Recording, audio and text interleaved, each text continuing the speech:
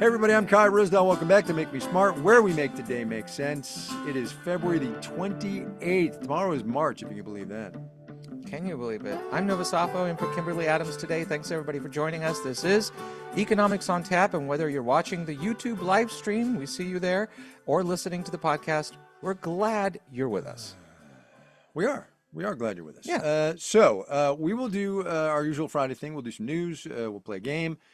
First, though, we will do drinks. Nova, are you imbibing this afternoon? What are you doing? Now, wait, we should be clear with people here, as you don't get enough credit when you do the Friday podcast, because you've been up since like 1 o'clock in the morning our time, right? That's true. I have. And normally I get a nap in, but I did not get a nap in today because had to take the car in, for the dealership service and stuff. So been busy. But so no nap time. That was taken. But I think you'll be happy to know I'm going to join you in a beer today. All right. I don't usually drink beer. A friend of mine was visiting me and brought a gift. Blue Moon Belgian Ale. I'm normally not a beer guy, but this is good. It's actually I'm like, oh, okay, this is why people like beer. There you go. It's actually Excellent. drinkable. I'm going with my usual go-to, Modern Times Brewery out of San Diego, California. Hazy Double IPA, 8.0 ABV. So, it's going to get spicy toward the end of this podcast, I think. Let's cheers to you, sir. Cheers to you. Cheers to you. So, let's see. I'm going to scroll back a little bit.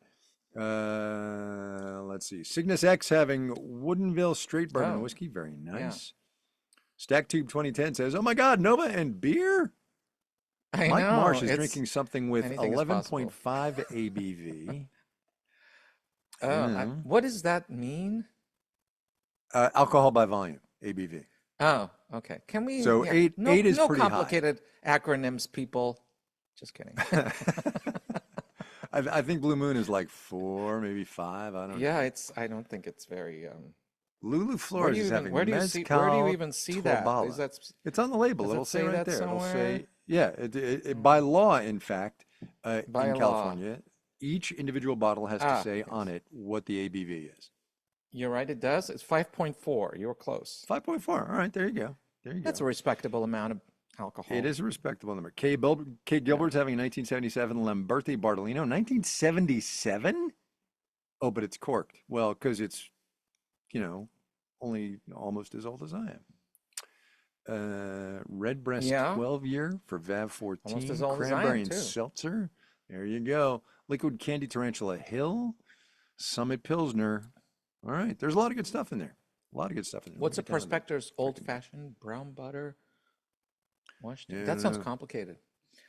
Prospector's old-fashioned brown butter, washed tin cup, 10-year bourbon, chocolate mold bitters, orange oil, smoked cinnamon stick. Wow, somebody really. That's a very Kimberly Adams cocktail. That's all I'm saying. So Christopher Garcia, email that to us. Good for we'll you, make sure Kimberly drinks it her first Friday back. Prospector's Old Fashioned, brown butter, washed tin cup, 10-year bourbon, chocolate maple. Wow. All right. It's a mouthful. Yeah. R. Collier, 1977, almost as old as Kai. I think Kai is wishing. R. Collier, thanks for coming to the chat. We're going to delete your account now. I think I'm being corrected in my pronunciation. Mole. What? I guess. Oh, mole, maybe? Yeah, I don't know. All right. It's always nice to be corrected. Thanks, everybody. Yeah. On a Friday. So let's do some end news. of the long week. End of a long week. Well, look, I know. I know you put something in. I know I put something in. But I think we do need to change gears because I think people want to hear and comment on and think about what you and I think about the day's events in the Oval Office of the White House. Yeah.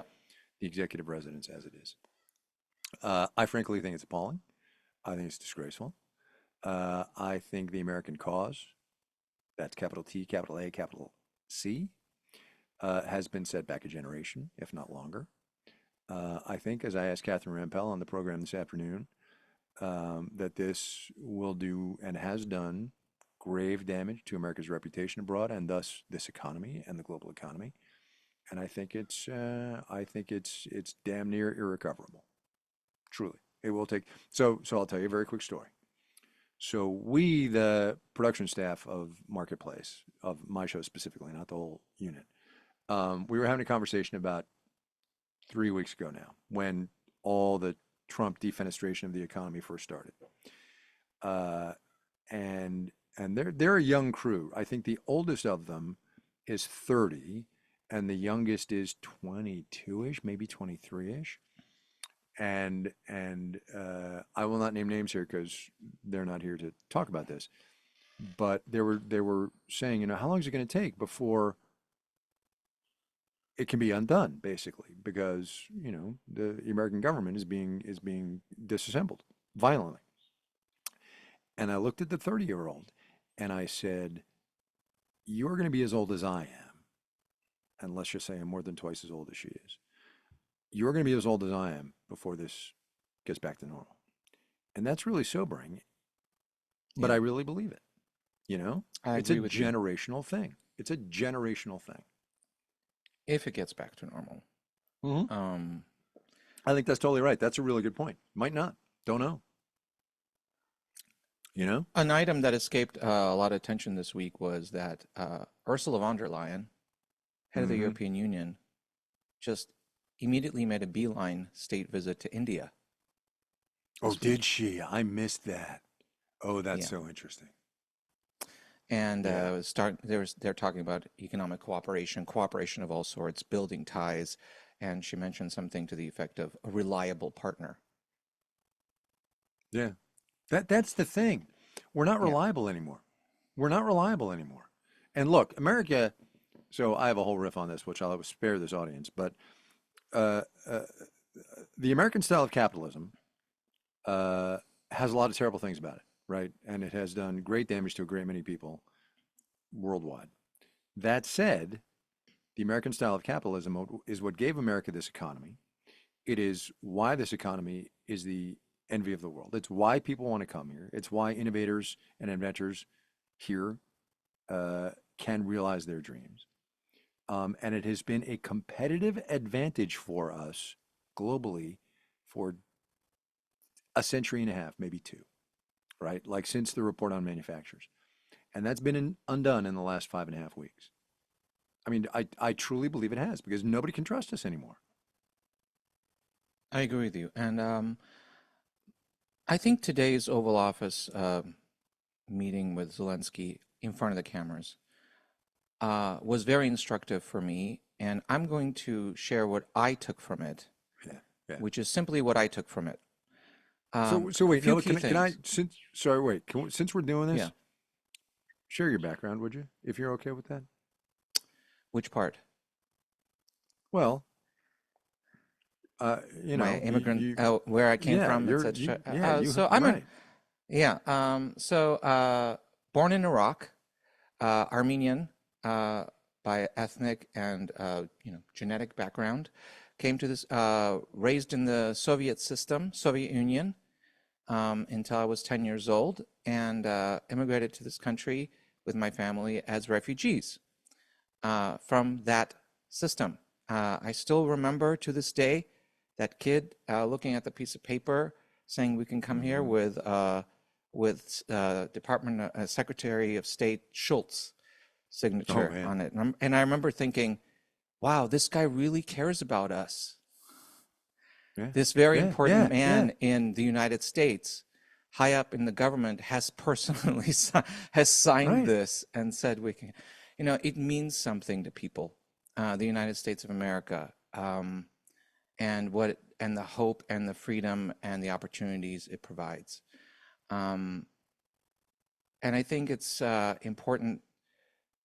We know who the good guys are and who the bad guys are. Zelensky is the good guy. Putin is the bad guy. Yeah. And what I think is what I took away from the Oval Office meeting today is that, in my opinion, there were hints there by some things that were said, and the president's written statement afterwards. He said, emotions tell us a lot about what people really think. And I think that was Right, true for right, both right. sides. It seems to me that the president has made up his mind. And all this Oh back yeah. and forth and Oh diplomacy, yeah. etc., is simply delaying the inevitable, which is, in my opinion, it appears that the president believes and has made the calculus that it simply is pointless to support Ukraine in the face of a nuclear power, and that nuclear power is too threatening. A country with an enormous nuclear arsenal and willingness to spend all its people's lives without concern is simply too threatening to fight against. And it appears they think that Ukraine has hoodwinked the world into supporting them in a winless war, in a war they cannot win, and an American treasure has been wasted on it. And they think that might and nuclear strength gives Russia the right to have what it wants. I thought it was interesting that the president invoked World War III a couple of times and said, you're putting millions of lives at risk. To me, that sounds like he's afraid of Putin. Yeah, I think that's right. And so if that's where we are, that immediately flips the switch of the entire world order, where we're going back to a time when the size of your military and the power you're willing to yield, the brutality you're willing to yield, allows you to do whatever you want and to take over whatever land you want or whatever country you want. And you have to wonder where that leads us. Taiwan is, at minimum, putting aside the humanity of it, Taiwan is where all our superconductor chips come from, and China wants it, and has perfectly openly signaled it's willing to take it by force. They've said, yeah, totally. Where does this end? Where does this go? So I find myself very worried today. Yes, we're gonna move to something else. I Okay. I apologize, Nova, for putting you on the spot, but I think No, it's not at all. germane. I think I thought a how lot you about whether to wound talk up in about this this today. country.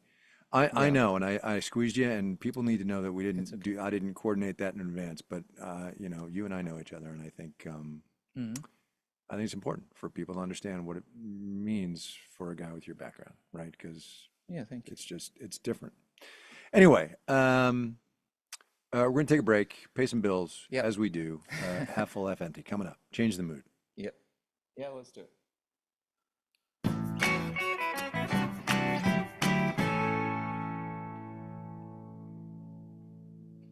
All right, boss, you're up.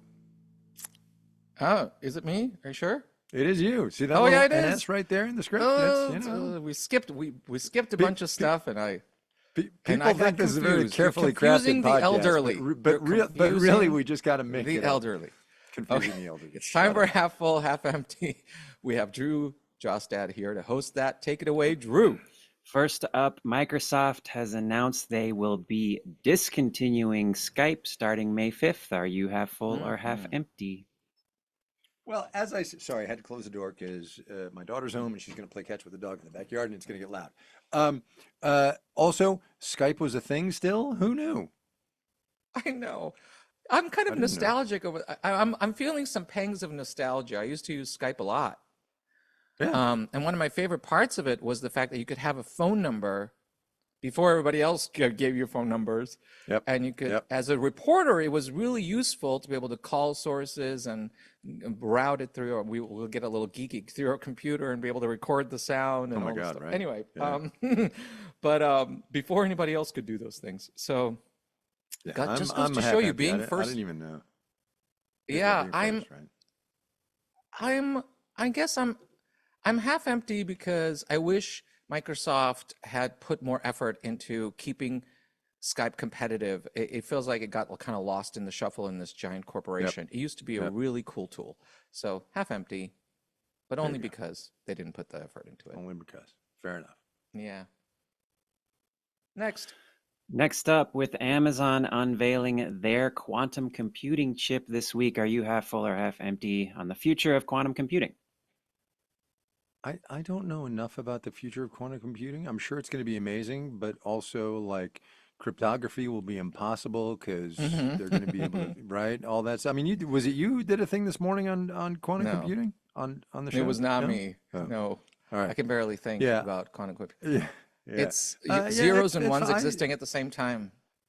Right, tough. and they're I not can't called put my, bits, they're called yeah, qubits. I don't know, whatever. I mean, it's confusing.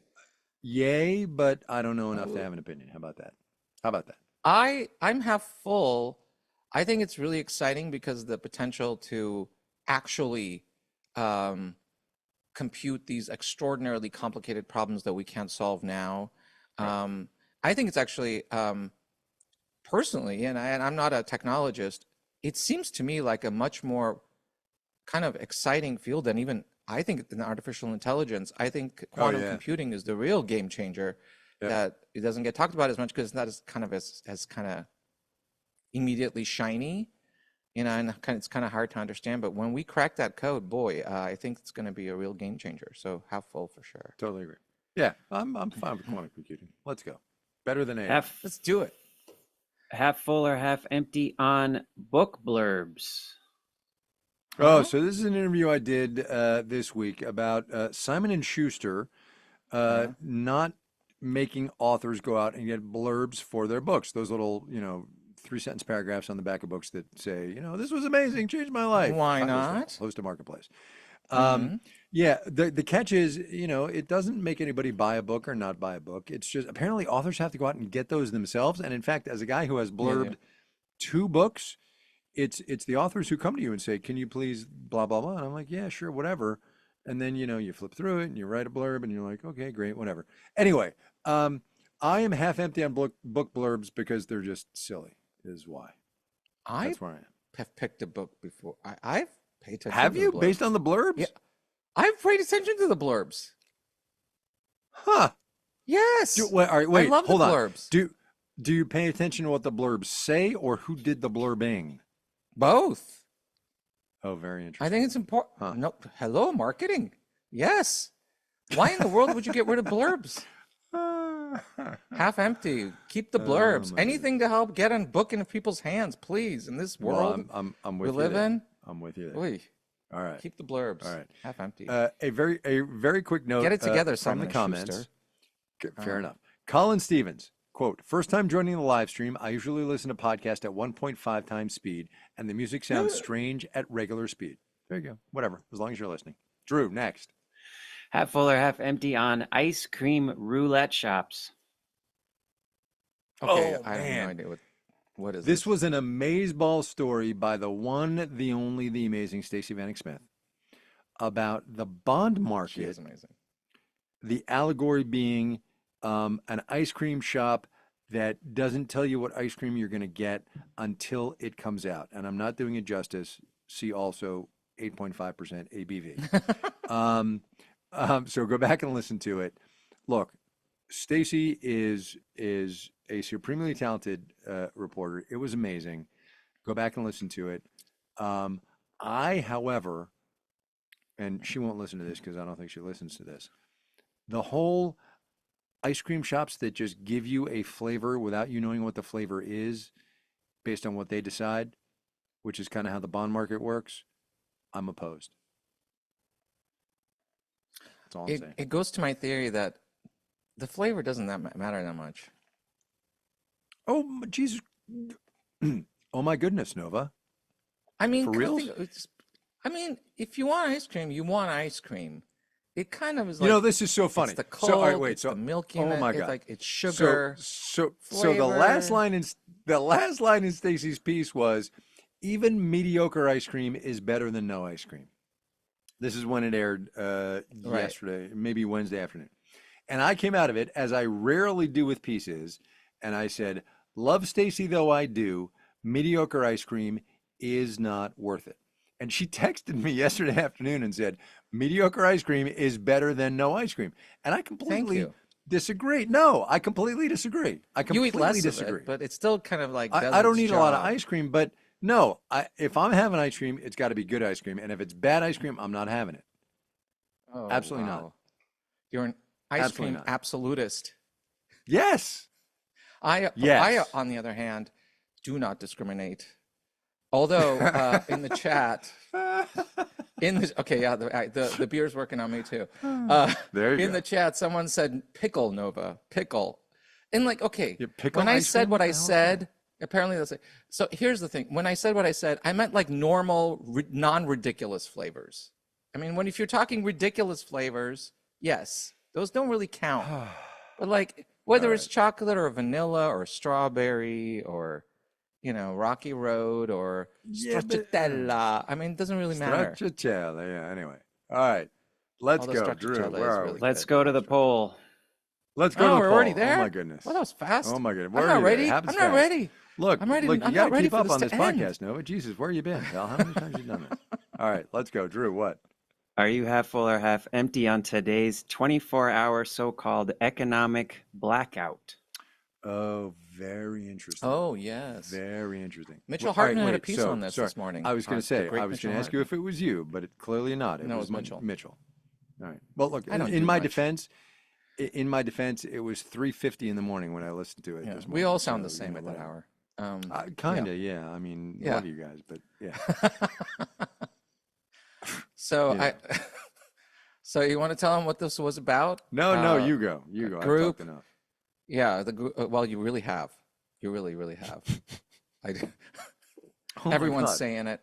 Well, it's been nice knowing you, Nova. Did it go Thank through you your so much nose? for Did it go- occasionally did that go guest through- occasionally guest hosting on this podcast. I'm sorry Never today's again. your last day. It's your last day at Marketplace. Oh my God. Oh, Lordy. How much alcohol was in this? Okay. But you have 5.4. Come on, cowboy. I up, will you? I know, seriously. A group came up with this idea. It spread online. The idea that, for 24 hours, we're going to have a boycott. Don't buy anything. Don't spend money, to send a message that folks are unhappy with the direction our country is going in over the last month. This has taken on more steam than boycotts usually do, frankly. it's had a which life, is- yeah, for which sure. tells you, You bet. yeah, it's definitely kind of hit a chord with people. We'll see. Mitchell Hartman's piece was about how it's very, very unlikely to have a blip, Yeah, but it gives that's a exactly sense right. of community and purpose for folks, and it's an outlet, and so it has a kind of purpose on its own just there. More focused boycotts, we know, can have a effect. Totally. This is just a very kind of broad one, so it's a tougher call. Yeah, we still have a minute to go on the blackout. No, go on ahead. the Whatever. poll. You just, I mean, people who voted have voted. So, what do you think? Honestly, look, I'm half full on the concept of freedom of speech to express your opinions and to try to make a statement in this way, and to give people a sense of empowerment. Right. I just want people to temper their expectations. That's exactly right. I want people to have realistic expectations, right? This is not the great boycott of the United Farm Workers in the 60s, right? But as I have said on this podcast many a time, and I'm cribbing this line from Scott Galloway, who cribbed it from somebody else, action absorbs anxiety. And I understand that a lot of people are really anxious right now. And if it gives you some sense of control to do this boycott, then yes, by all means. 1,000%. So, half full. Half full. Well, the poll results are in. Half full, 76%. Half empty, 23%. So definitely, go. the folks are with So, you, there you go. with you there. I just called you Well, David they're almost. with us. Who's- That's fine. who's- I don't- So funny story, and then we'll get out of here. Will we? We will. So for those who aren't familiar with the history of Marketplace, the host of the flagship program, of which I am now honored to be the host of, it went David Brancaccio for 10 years, David Brown for 2 years, and then me for way too long from then till now. And for a long time after I got this job, there was a whole thread in public radio, and this is before threads were a thing, of the three of us all sounded the same, and we were all the same What? dude, Yeah, no, truly. That is ridiculous. That really was the Cannot be vibe. more different. And my response was, if you take David Brancaccio and David Brown and me and you butt cut us together, you will hear it. But if you don't, what you are hearing is the sound of the program, right? Of this thing that David crafted and really created, and that we now, you and me and everybody else, carry forward. And I take that as a compliment, right? Marketplace sounds like Marketplace. It doesn't sound like anything else on public radio. And forget who's actually, standing in front of the microphone as the host. It's about what we do and how we do it, not who the person standing in front of the microphone is. Anyway, Although you don't give yourself enough credit, sir. You have definitely put your own stamp on the show in a very, very positive and wonderful way. I have the easiest job in the shop. I speak my native tongue into a microphone. That's what I do. You too. But all right. Let's get at it. Thank you, Charlton. Jesus. All right. Kimberly is back on Monday. I don't know where whatever. she's been. I hope she's having a good time. In the meanwhile, comments, questions, suggestions, all of that stuff. Nova, tell them how to get it to us. You can do that by emailing makemesmart@marketplace.org or leave us a voicemail at 508-827-6278 or 508-UB-SMART. Letters, by the way. It's the letters UBSMART. Just a little shout out to Amy Scott, who's been here almost as long as I have. Oh my God, it's time for me to go away. Make Me Smart is produced by Courtney Bergseeker. Our intern is Zohar Malik. Today's episode was engineered by Charlton Thorpe. The team behind our Friday game is Emily McCune, Jamila Huxtable, and Antoinette Brock. Marissa Cabrera is our senior producer. Bridget Botnar is the director of podcasts. And Francesca Levy is the executive director of digital and on demand. Neil Scarborough has nothing to do with what happens in this shop. I would like to say that. Well, it was nice knowing you, Kai. It's a test every day, and he fails to meet the challenge. That's all I'm saying. Oh man.